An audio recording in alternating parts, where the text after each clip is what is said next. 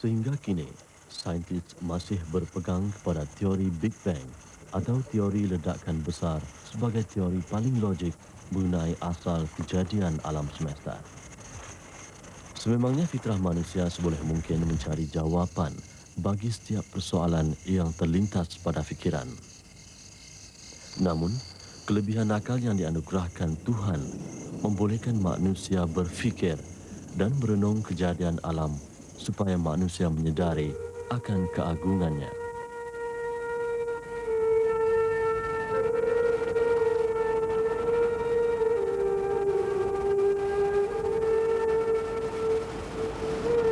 Sehingga sekarang, pelaut dan nelayan diketahui menggunakan gugusan bintang atau buruj di langit untuk menentukan arah perjalanan.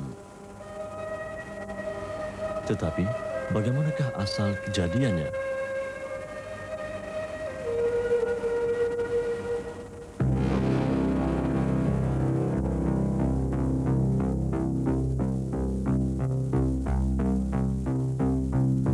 Saintis berpendapat satu masa dulu semua jirim atau benda yang terbentuk daripada atom berada pada satu titik. Satu ledakan besar yang berlaku menyebabkannya bersepah. Awan debu dan gas yang terhasil membentuk gugusan besar bintang dan planet yang dipanggil galaksi. Itulah yang dikatakan teori Big Bang. Ilmu berkaitan dengan kajian angkasa lepas kini dikenali sebagai astronomi.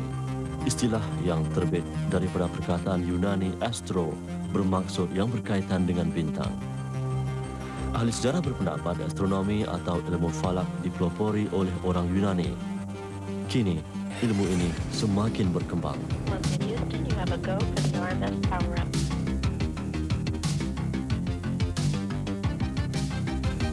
Perkembangan teknologi moden membantu manusia menerokai alam angkasa lepas secara lebih dekat.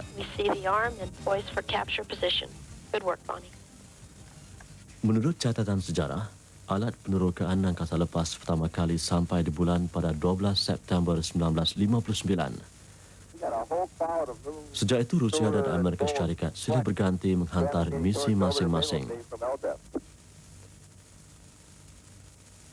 13 tahun kemudian, Amerika Syarikat mendakwa negara pertama berjaya mendaratkan angkasawannya di bulan. Kini manusia terus berusaha menerokai destinasi-destinasi yang lebih jauh.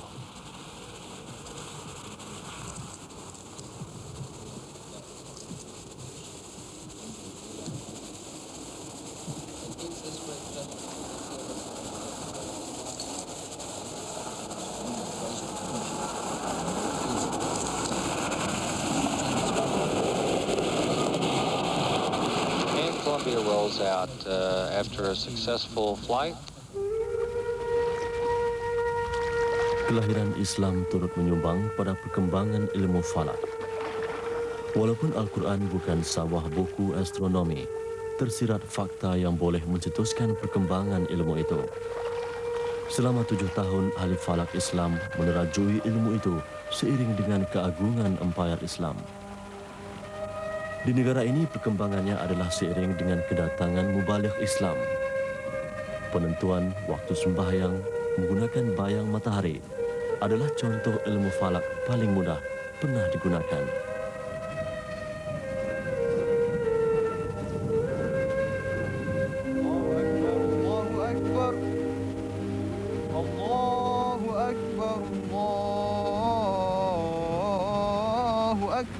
Jika tamadun barat berbangga dengan Copernicus dan Ptolemy, umat Islam juga boleh berbangga dengan Al-Battani dan Al-Biruni dalam perkembangan ilmu falak sejagat. Sejarah membuktikan di zaman mereka, ilmu falak muncul sebagai ilmu yang paling berkembang.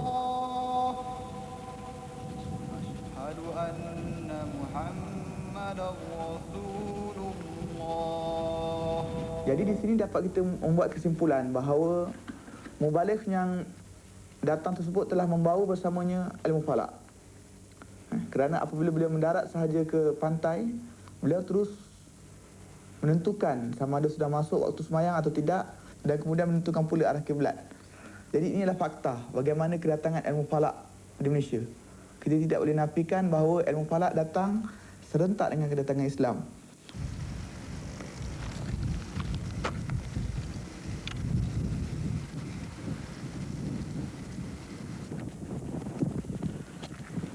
Jam suria ialah contoh peralatan tradisional ilmu falak. Jam ini menggunakan cahaya matahari untuk menentukan waktu, khususnya waktu sembahyang Zuhur dan Asar. Ia pernah ditemui pada Masjid Jami' Muar dan Masjid Jami' Kampung Hulu di Melaka yang telah berusia 120 tahun.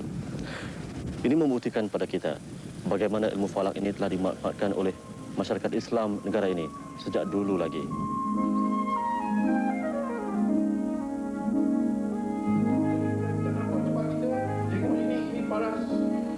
Yang nampak itu sudah paling rumput tak nampak lah. Sebab kita tangent bumi kita, ini tangent. Jadi kalau kita duduk sini, yang ini nampak ya.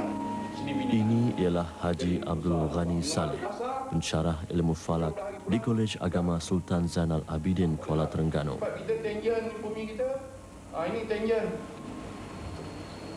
Jadi kalau Haji Abdul Ghani melibatkan diri secara serius dalam perkembangan ilmu falak syari'i, cabang astronomi yang berkaitan dengan ibadat. Antara astronomi dan falak sebenarnya tiada perbezaan. Cuma pemilihan istilah falak lebih mirip kepada Islam. Falak apa arti falak, iaitu membincangkan benda-benda di langit lah. Benda melangit yang banyak mengira saja, banyak isap saja. Jadi kita laksanakan matahari itu, bumi kita berpusing mengelilingkan matahari dan bulan tu mengelilingkan bumi. Jadi kita nak cari masa mana, tempat mana hari ni, jam saat ni, di mana dia duduk. Begitu juga dengan bintang-bintang, dengan planet-planet. Masa hari ni di mana dia berada.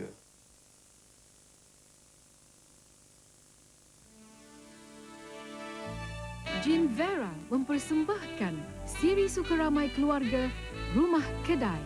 Mak, lain parang, lain dulu. Lain lesung, lain anu. Anak-anak kena dengar, kena takut, kena kita ni. Orang tua kena ikut cakap budak-budak. Setiap hari Isnin hingga Ahad, 4:30 petang di TV3 sepanjang bulan Ramadan.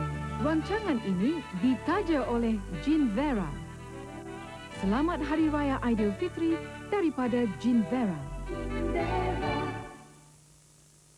RSB Ahad ini di TV3. Siapalah abang ni Siapalah abang yang nak boleh memisahkan rumah kerjaya dengan belajar ni? Siapa ni saya? Lampu ni dia akan menyala tau. Tak? Apabila ada satu panggilan masuk ke dalam rumah kita, tak? Eloklah saya nasihatkan pada pelajar kan, eloklah ambil kerja part time ni sebab banyak faedahnya lah kan. Kita dapat berdikari kan. Dari situ kita macam dapat meningkatkan lagi keyakinan diri kita.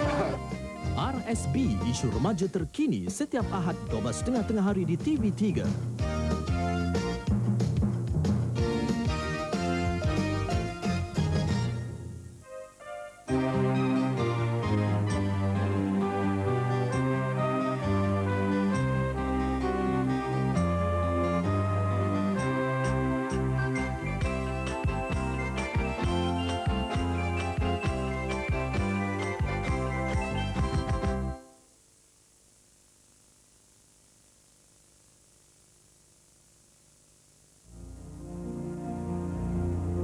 Kegemilangan ilmu falak dalam tamadun Islam kini dikaburi pencapaian pengetahuan barat. Sehingga ada yang tidak menyedari kepentingan sumbangan ahli-ahli astronomi Islam kepada perkembangan ilmu ini. Tak penting macam mana dia ada kaitan ibadat. Dia ada berkaitan dengan ibadat. Macam kata nak raya. Dan satu orang masih tahu nak raya. Nak bulan puasa itu ibadatlah tu. Dan tak penting macam mana nak tahu kiblat kalau masalah kiblat masih menitik berat. Tak betul sembahyang kiblat. Yalah, itu memang jauh, sudah jauh larinya.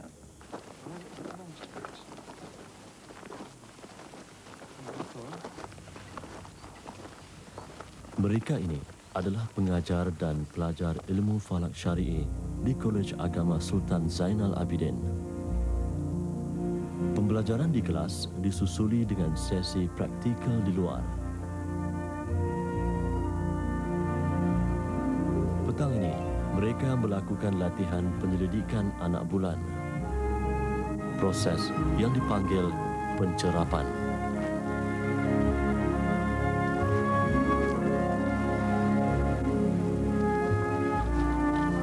Penuntut-penuntut ini mengakui ilmu falak syar'i adalah cabang ilmu yang mencabar dan tidak semudah yang disangkakan. Mereka perlu memahirkan diri dengan alat-alat pencerapan ini di samping mahir dengan ilmu hisab.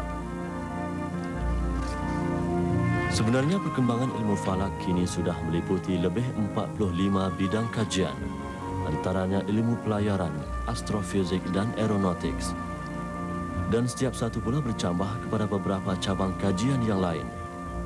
Tetapi falak syar'i memberi penekanan kepada ibadat di dalam Islam. Contohnya, penentuan waktu sembahyang, arah kiblat dan takwim Islam.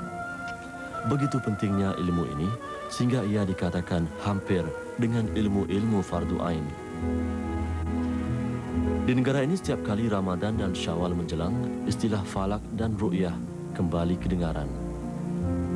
Walaupun falak boleh menentukan awal bulan dengan tepat, tetapi amalan meru'yah atau melihat anak bulan masih diteruskan. Sebabnya, ru'yah adalah amalan tradisi masyarakat Islam dan dikira sebagai amalan sunat. Bagaimanapun penentuan anak bulan Ramadan dan Syawal di negara ini pernah menimbulkan kontroversi apabila tarikh jatuhnya bercanggah dengan beberapa negara lain. Haji Abdul Ghani berpendapat banyak faktor yang perlu dipertimbangkan dalam menentukan tarikh awal bulan. Tetapi antara ru'yah dan falak, cara manakah yang lebih tepat? Yelah, masalah kita kira. Sekarang kita kira hari ini setengah orang tu kira cukup pada pandangan dia, pada hisab dia. Tapi kiranya bulan tu sudah jatuh dalam 2-3 minit. Jadi kita bawa kepada esok bulan sudah tinggi. Jadi bulan sudah tinggi, timbullah masyarakat tu kata, wah patut semalam sudah kita ni puasa ataupun raya. Nak tengok anak bulan mana? Terdelat ini kita set berpandukan pada satu titik yang dinamakan titik rujuk. Seandainya anak bulan tidak kelihatan pada petang meru'yah atas sebab-sebab tertentu seperti gangguan cahaya senja atau twilight, maka kaedah falak akan dijadikan asas menentukan awal bulan. Kita perlu tahu sama ada pada petang melihat anak bulan nanti, adakah anak bulan ada atau tidak. Jadi menurut penghisapan, anak bulan Syawal akan lahir pada pukul 3.38 pagi hari Isnin, iaitu hari kita meru'yah. Dan pada petang berkenaan, anak bulan sudah pun berumur lebih dari 15,5 jam. Oleh itu, anak bulan dengan sedemikian rupa, dengan umurnya melebihi 15 jam dan berada setinggi 5 darjah di kebanyakan ufuk-ufuk negara kita, maka anak bulan ini disabitkan ada. Menurut hukum yang terpakai di Malaysia, apabila umur bulan ini sudah melebihi 8 jam, maka ia disabitkan ada. Walau apa pun hasil tilikan, walau apa pun hasil ru'yah yang dijalankan di seluruh negara. Jadi kemungkinan kita akan memulakan hari raya pada keesokan harinya, iaitu pada hari Selasa 16 April 1991. Sekarang adalah perhitungan terakhir untuk menentukan kedudukan bulan pada pukul 7.05 minit. 7 minit. Bagaimanapun di negara ini, tarikh permulaan Ramadan dan Syawal tertakluk kepada pengumuman pemegang mohor besar Raja-Raja Malaysia. Kini 22 lokasi rasmi ditetapkan sebagai tempat meru'yah atau Baitul Hilal. Ia dipilih berdasarkan kedudukannya yang sesuai seperti di Bukit Merang ini.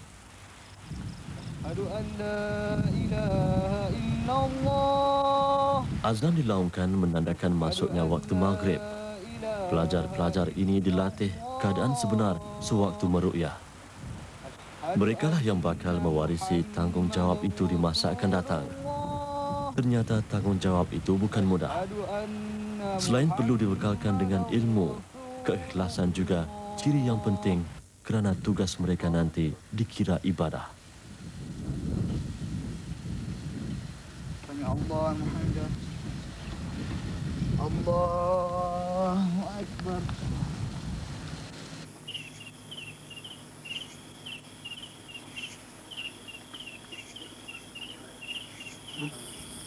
Sudah Pak Ding. Pelayar. Lazimnya pelajar-pelajar ini akan meneruskan sesi praktikal dengan mencerap planet dan bintang. Nampak tak nampak dah. Tutup sekejap baru kena ni. Tutup. Tutup lampu bawah sekejap. Di sini mereka diajar mengenali pelbagai perhiasan langit dalam situasi sebenar. Dalam pandangan teleskop sekarang kita dapat lihat 4 daripada 16 bulan-bulan yang mengelilingi orbit sekeliling Jupiter. Seperti yang kita lihat slide tadi.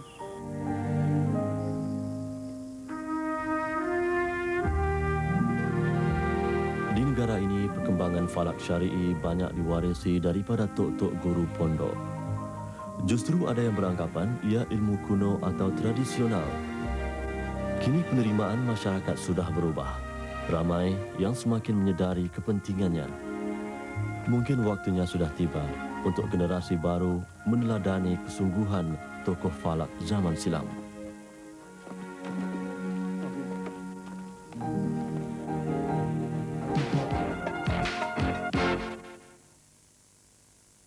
Ketupat berperisa adabi, enak, harum dan bermutu tinggi seperti ketupat daun kelapa cara tradisi. Dapatkan ketupat berperisa adabi hari ini. Adabi.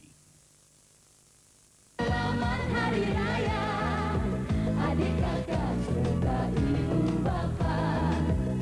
Tahun ini kita berjumpa, bersyukurlah kita semuanya.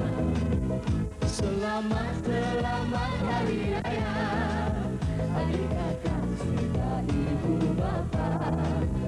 Tahun ini kita berjumpa, bersyukurlah kita semua.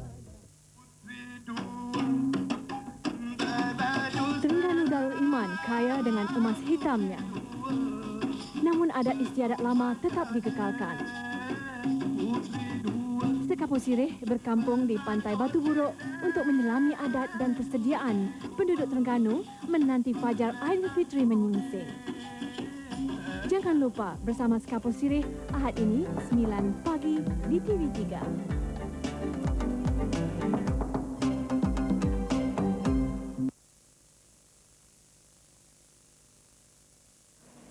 Pada awalnya, ahli astronomi menghadapi dua masalah utama dalam usaha mereka untuk menerokai sistem suria dari bumi. Objek yang ingin dilihat berada terlalu jauh dan atmosfera bumi pula menghalang penglihatan mereka. Tetapi dengan adanya kemudahan teleskop, usaha mereka itu menjadi lebih senang. Dan kini gambaran yang diperoleh itu pula dapat diprogramkan ke dalam sistem komputer bagi tujuan pendidikan.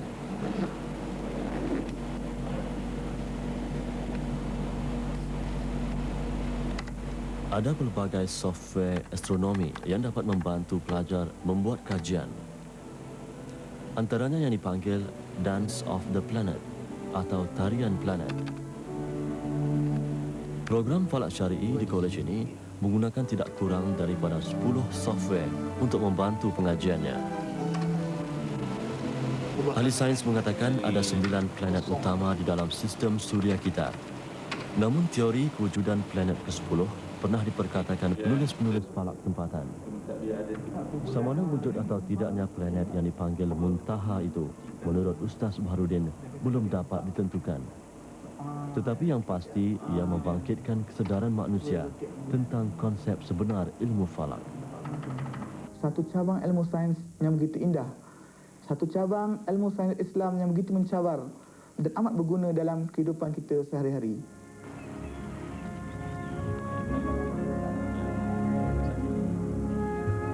Kesemua penuntut sepenuh masa program falak syari'i dimestikan memahirkan diri dengan menggunakan alat ini yang dipanggil theodolite. Alat ini digunakan untuk mencari titik rujuk bagi membuat penghizaban. Ia adalah jenis sama yang digunakan dalam kerja-kerja mengukur jalan. Mereka ini berasal dari merata tempat dan mempunyai pelbagai latar belakang pendidikan. Antara mereka, ada yang bercita-cita mahu menjadi ahli falak. Tapi tidak ramai yang sanggup mengikuti kursus ini kalau tidak kerana minat.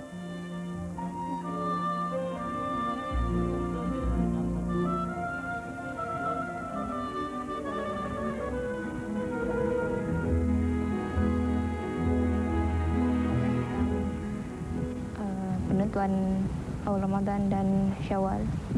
Jadi dapat meningkatkan keimanan kita ketika membicarakan tentang alam ini.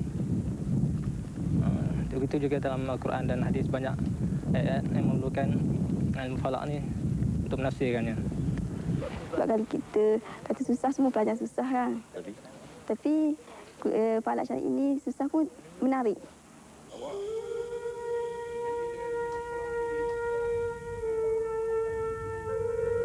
Haji Abdul Ghani juga tidak mungkin sanggup bergelumang dengan pelbagai formula falak kalau tidak kerana minat.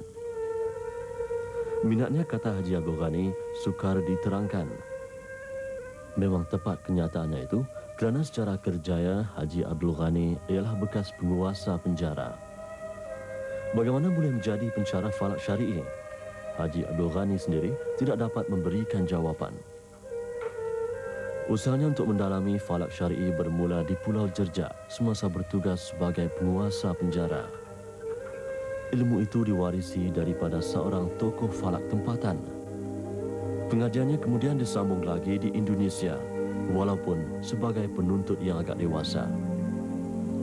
Kini, dia sedang berusaha menerbitkan 7 buku karangannya mengenai pelbagai aspek falak syar'i.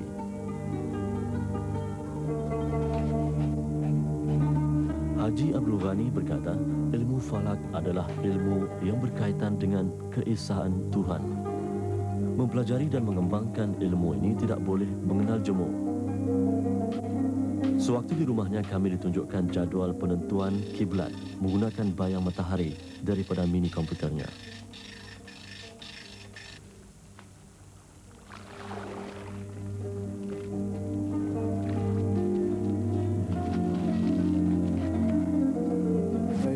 Masa kecil-kecil lagi lah kalau ingatan saya. Jadi macam saya tahu astronomi masa tu dalam bahasa Melayu tak ada lagi. Jadi saya tanya orang, kata astronomi ni falak. Falak adalah mengira benda-benda pergerakan, benda-benda langit lah, macam matahari, bulan, dunia kita berpusing. Jadi little bit tu kebetulan orang tak faham, tak tahu. Jadi yang benda tak tahu dia jadi menarik minat saya tu.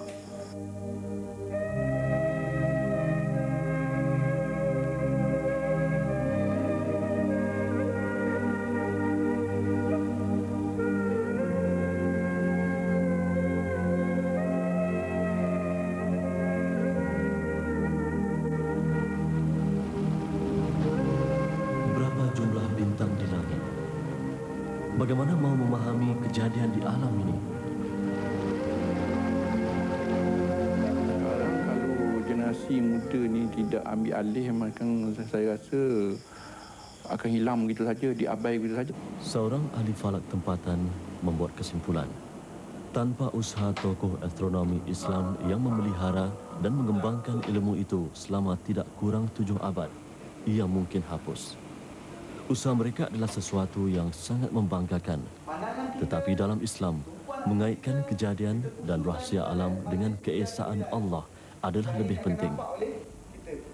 Firman Allah Subhanahu wa taala surah Al-An'am ayat 97 bermaksud, dan dialah yang telah menjadikan bintang-bintang bagimu agar kamu menjadikannya petunjuk dalam kegelapan di darat dan di laut.